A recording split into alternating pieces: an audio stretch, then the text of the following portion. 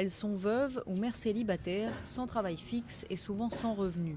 Pour ces Sud-Soudanaises, le Roots Project est un moyen d'apprendre à s'en sortir grâce à leurs propres compétences. Agnette a lancé le projet en 2009.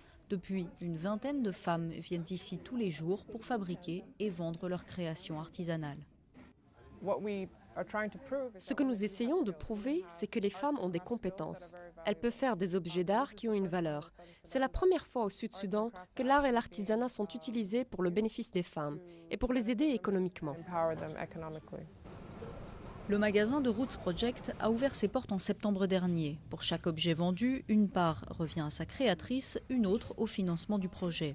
Araba a 20 ans, mère célibataire, elle vient ici depuis 1 an. Avant, elle faisait de la broderie pour les particuliers, mais son activité ne lui permettait pas de vivre. Aujourd'hui, grâce aux 200 € que lui rapporte la vente de ses créations, elle parvient même à nourrir son frère et son père. En arrivant au Roots Project, je ne savais faire que de la broderie.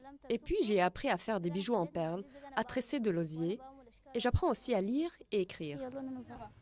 Car au-delà d'une aide matérielle immédiate, le projet d'Agnette, c'est surtout de donner à ces femmes les armes pour s'en sortir toutes seules. Cours d'anglais, de mathématiques, chacune reçoit ici l'éducation qu'elle n'a jamais eue, avec un objectif, celui de pouvoir un jour monter son propre commerce.